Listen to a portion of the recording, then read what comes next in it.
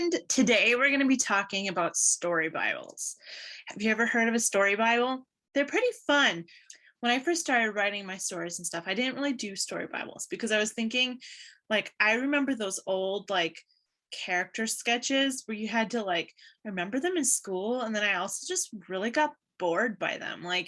Whereas, your character name, what your character likes, what your character dislikes. It's just like a tick check list of all these questions that you have to answer about your character. And I really struggled. I really struggled to, it just was so form like that it was so hard to just, I don't know, I just really struggled with those sheets and everything. And they were just boring. Honestly, they were very boring. So I always kind of had reservations when it came to creating a story Bible. And I'm really excited because I did create a story Bible, which I need to cover up. I need to cover up the title here. So I covered it up with sticky notes so that you can't really see the title.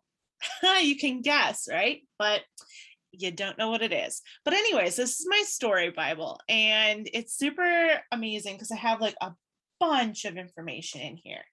I also have a printout for that I have to go over as well in there. But story Bible is all in here. It's got my outlines, it has my character information, it has everything. And you guys, I'm so excited because I'm going to be sharing my Scrivener template with you guys. Super exciting, right? So the Scrivener template is exactly what I use for in my story Bible, which I cannot show it all to you because there's information in there that would give stuff away. So I can't share it all with you.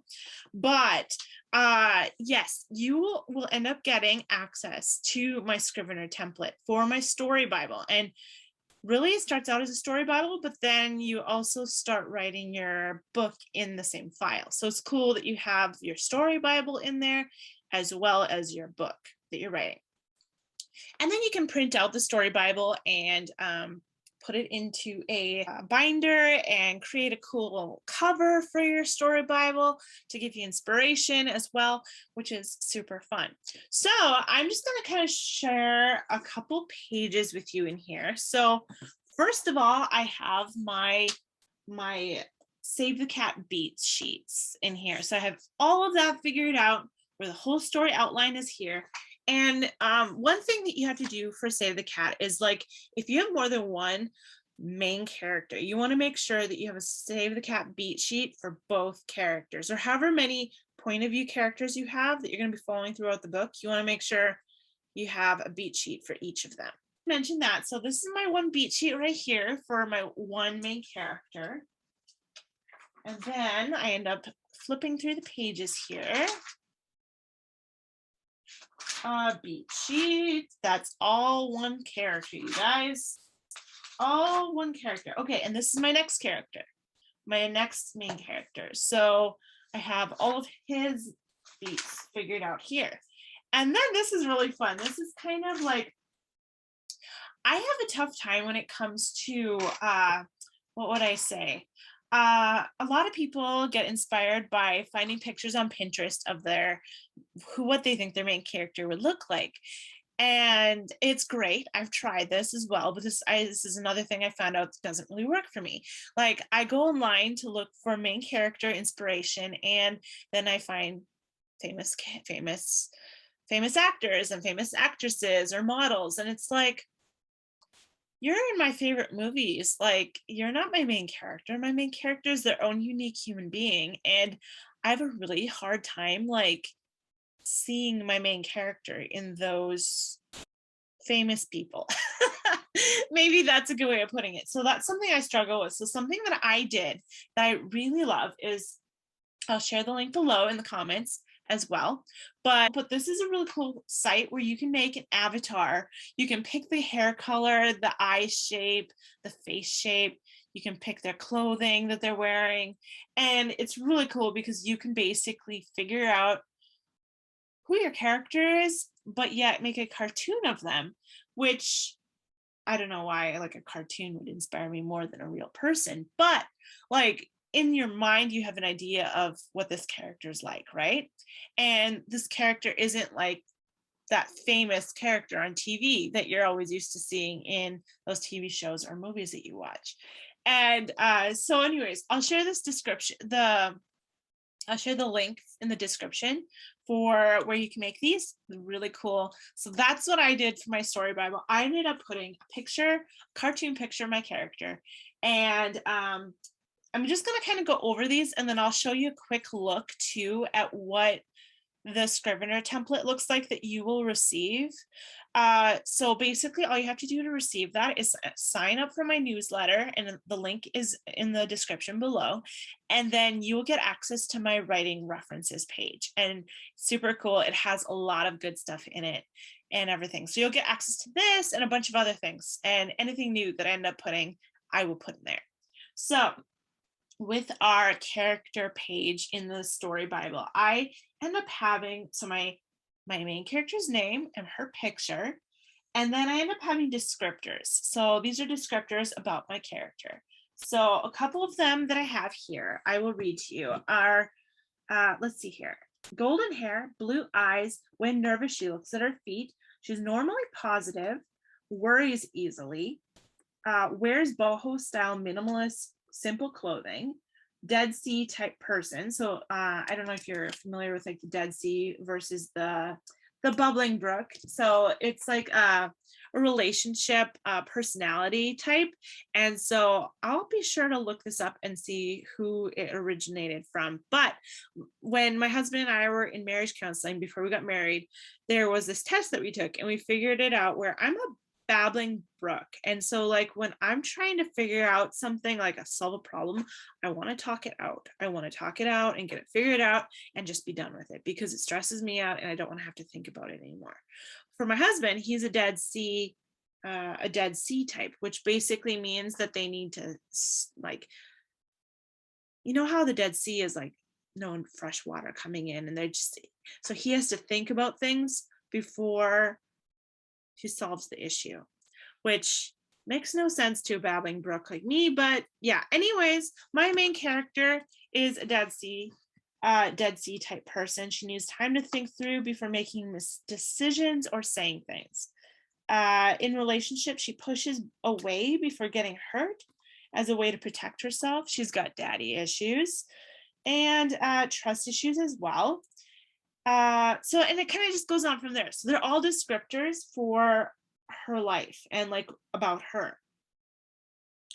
So in there, you can also put descriptors about, you know, like her clothing, her eyes, her skin, you know, if she has a scar or anything that describes her. Also, and I have in there the misbelief, and I will do a video about the misbelief and about the Story Genius, which if you have not picked that book up either, I did a reference, a video just recently about the 5 writing references that you have to add to your writing collection.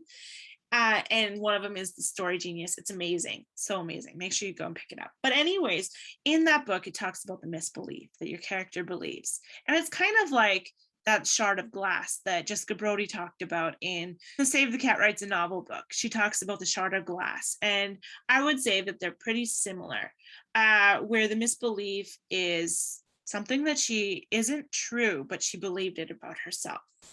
So that is something that I have in there too. So her misbelief is that any man she cares about will end up leaving her for someone else or something else. And that's pretty good misbelief, right? Like we think that, oh yeah, I'll never be able to find someone because that person is just going to leave me just like everyone else did. Like that's a pretty good misbelief. Anyway, so then you have like what caused that misbelief, and you can end up going into this more. In the actual Story Genius book, she goes through this all, and you get to figure a misbelief and what caused it and everything. But I'm just going to skip over that because I can't really share any more on that.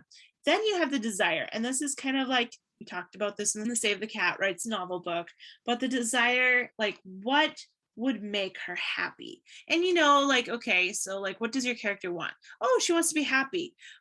yeah, we all want to be happy or whatnot, but what would make your character happy? Write that down, and that is the desire. Like, write it down so it's very specific. Then I have like 3 to 5 things that happen before the opening scene that drives the misbelief forward. So these are different spots in my main character's life that kind of drove that misbelief forward and grounded in even more.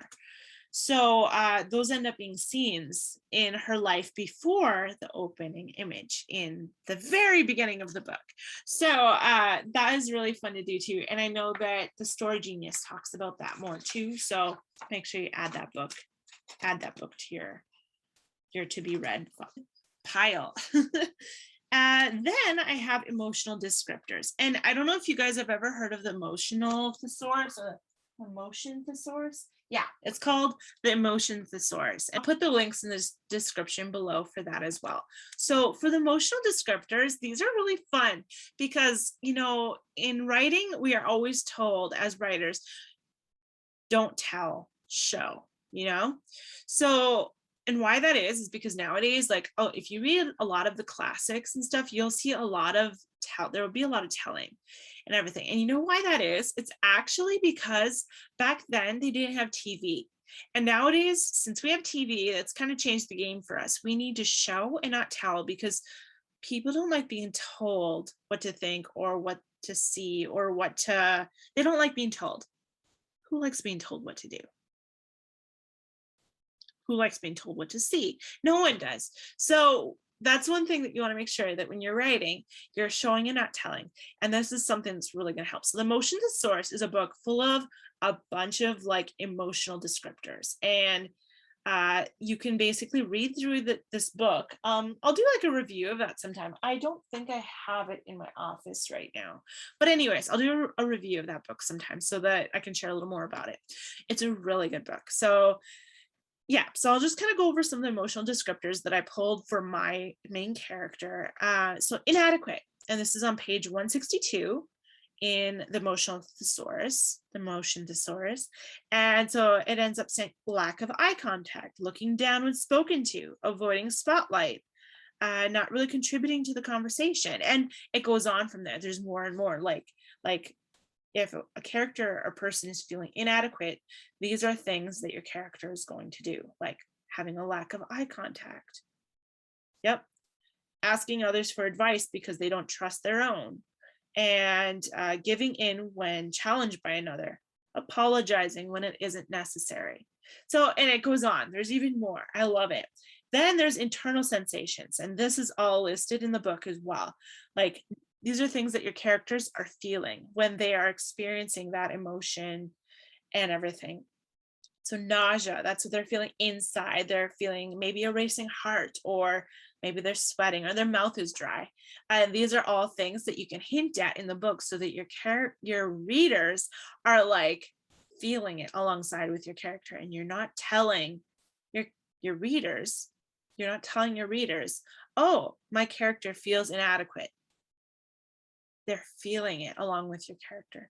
They're feeling it with the nausea. They're feeling it with the racing heartbeat. They're feeling it with the dry mouth and maybe the headache or the lightheadedness.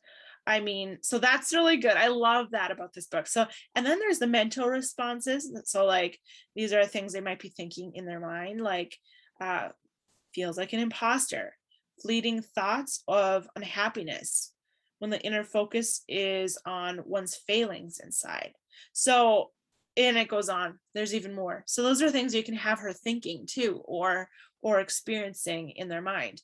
And then long-term responses, maybe they get tongue-tied or second guessing their choices, growing upset at even small amounts of criticism or self-isolation.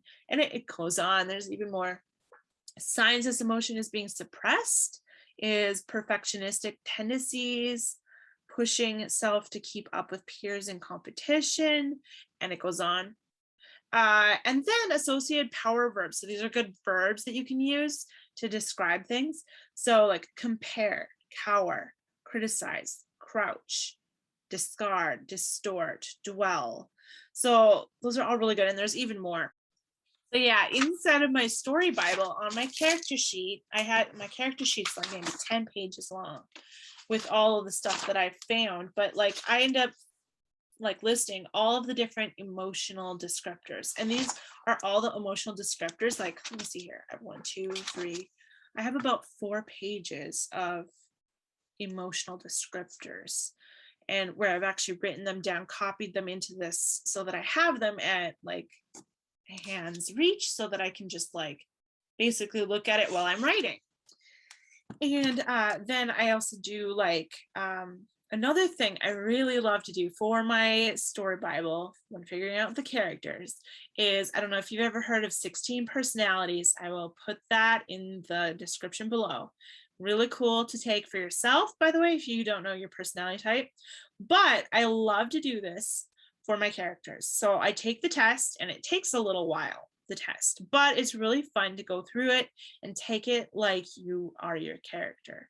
So for this, you basically take the test, and afterwards they'll give you a bunch of things. Like they'll give you strengths, they'll give you weaknesses, they'll give you romance, they'll give you friends, they'll give you, what else will they give you?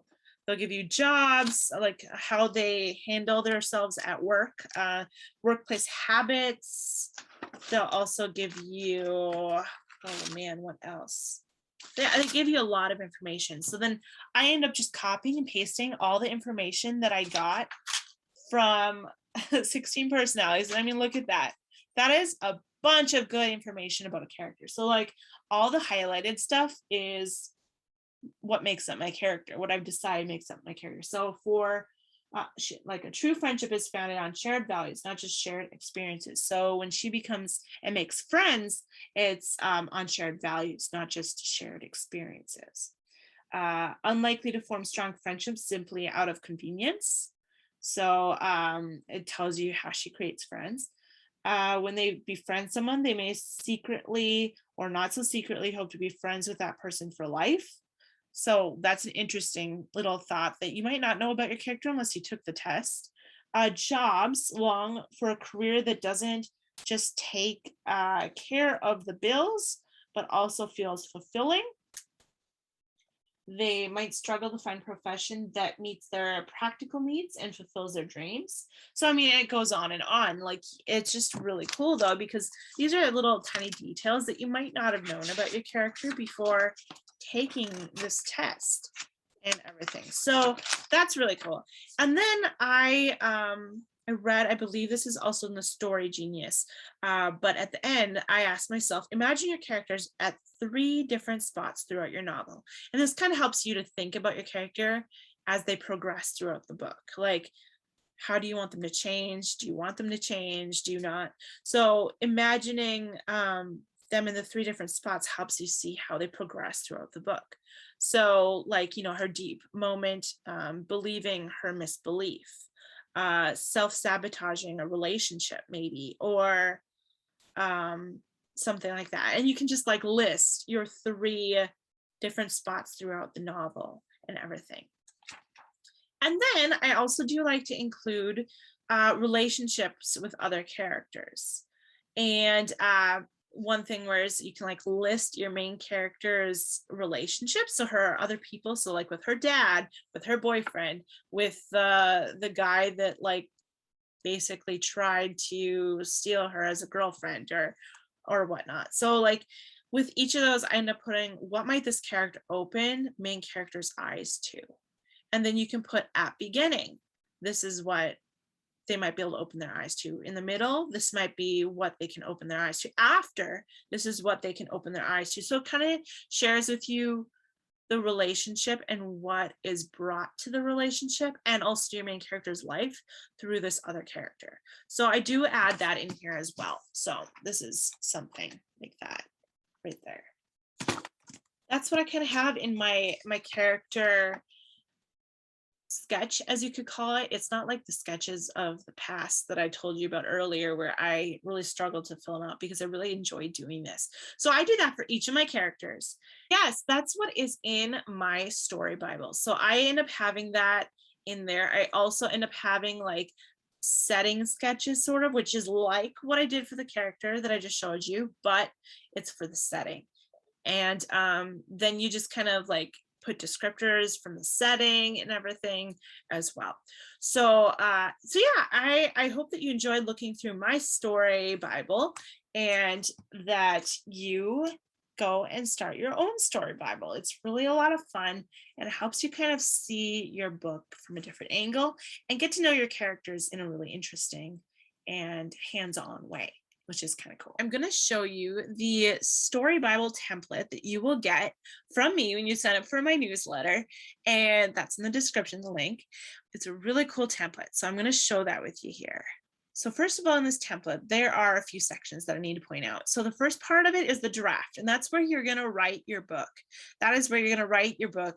And here you have the different scenes, and you can add more scenes like that, which is pretty cool. I'm just gonna take that out for now.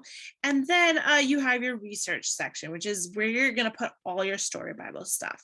And then you can print it out and put it into a 3-ring binder, just like I did, which is pretty cool. So the research section is you have the prepping and drafting character sheets. This is your character sheet information.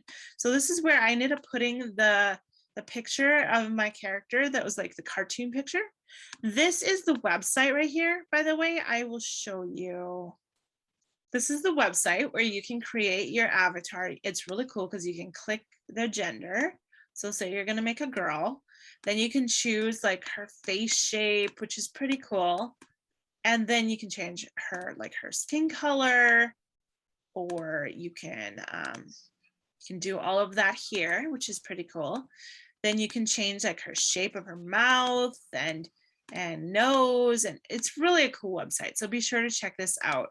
It's a really cool website. Okay, and then back to this after you've seen the create your own avatar website, which was really cool. You have like your main character sheet where you can basically write all of that information in, which is really cool. And then as I had done with my 16personalities.com, you can end up like copying and pasting all the information you need from what they send you after you've gone through the whole little quiz. And then here's that imagine your character at 3 different spots throughout your novel. So this is the whole sheet right here. So you fill it out and you can print it out. And I have this for multiple characters, by the way. For the minor characters, it's less, of course, you know, because it's less time on them. And then I also have a full character sheet list, a full character list sheet, which is really cool. So you basically list out all of your characters, and I do it in order of appearance. You list their name, their age, and about them, and their misbelief. At the beginning of the book, they believe, or they, and then you can basically write the rest. So that's kind of what it is. So it's nice to have this. I always have this right before my character sheets in my story Bible, because it just kind of helps me just like organize it better. Then I have compost heap, which is really cool. Compost heap, I got this idea. Neil Gaiman, he actually said in the his masterclass video that I had watched, the compost heap is kind of where you just collect like details, where you end up like just like putting them there to just kind of simmer over them and marinate over them for later and everything. So, but in this, I decided to do something like this for my story Bible, where you can do this for your characters. And so for your characters, use a space to make notes about your character and how they look and how they feel. So you can, like, you know, where I put she looks down at her feet when she is nervous, or fiddles with her hands. And so you can do that for all of your characters here. And then you have your setting. You can do this. So insert place in the world where your book is set right here, and then insert details about this place. So like, for instance, one book is set in Mooloolaba, Australia. And so like, it's a little town that has a bunch of beaches. And so I would put the little note, bunch of beaches, and the sand squeaks when you walk in it, like little tiny details that helps your reader feel immersed in your story. That these are going to be really good along with like those emotional descriptors to tell your story in a way that is showing it and not telling it. So you can do that for all the places, like maybe an apartment or the school or a friend's house or the boyfriend's house. You can do it for each place. Then there's the plot, and this is where you'll just make a list of all the plot problems that will make your book interesting, and basically throw your character up into a tree and then throw rocks at it until they fall out. So what are all those things? Then you have the conflict. What conflict can you have your main characters go through? Of course, that the last two sort of go together. Anyways, then of course there's the 15 beats, and this is really fun. This Save the Cat Writes Novels, my absolute favorite writing references. Like I've told you that before. And here I have linked all of my videos, and right here, since I'm just recording the video right now, this video will be right here as well, just showing you how to use your story Bible to prep your novel, which is super fun, right? So this is your 15 beats for your main character, and you also have this for your second main character. You can have beat sheets for your minor characters if they might play a bigger spot, but usually it's you just mainly focus on your big main characters. So this is a fun sheet right here. So I have this here for your first and your second main character if you have more than one main character. And of course, if you want to create another main character, you can just double click and go up to duplicate. Duplicate your beat sheet, so then you have another one. So it's really cool. And then of course I have the snowflake method information in here too from my videos that I did with him, as well as the intro to the snowflake method video that I did. And then you have your 1-sentence summary here. You have your 5-sentence summary, which is your 1-paragraph summary. Then you have your 1-page summary and your 4-page summary. And so all of these, like I end up putting in my story Bible, and it makes it so much easier when you sit down to write, because you have everything sitting out and you don't have to flip through different tabs to try and find stuff, which is really nice. So there you have it. That's your whole story Bible, and then you can start writing your book and print it off and put it in a binder. So I hope that you found the story Bible walkthrough of my story Bible fun and helpful, as well as the story Bible template walkthrough that you're going to get that you can use in Scrivener. And if you don't have Scrivener, don't worry. You can actually go in and try Scrivener out for 30 days. I will put a link in the description below so that you can check it out. It's such a cool program. It's so worth it. I don't use Word. I don't use anything else but Scrivener. I've been using it for about wow, probably about 10 years. Oh my gosh.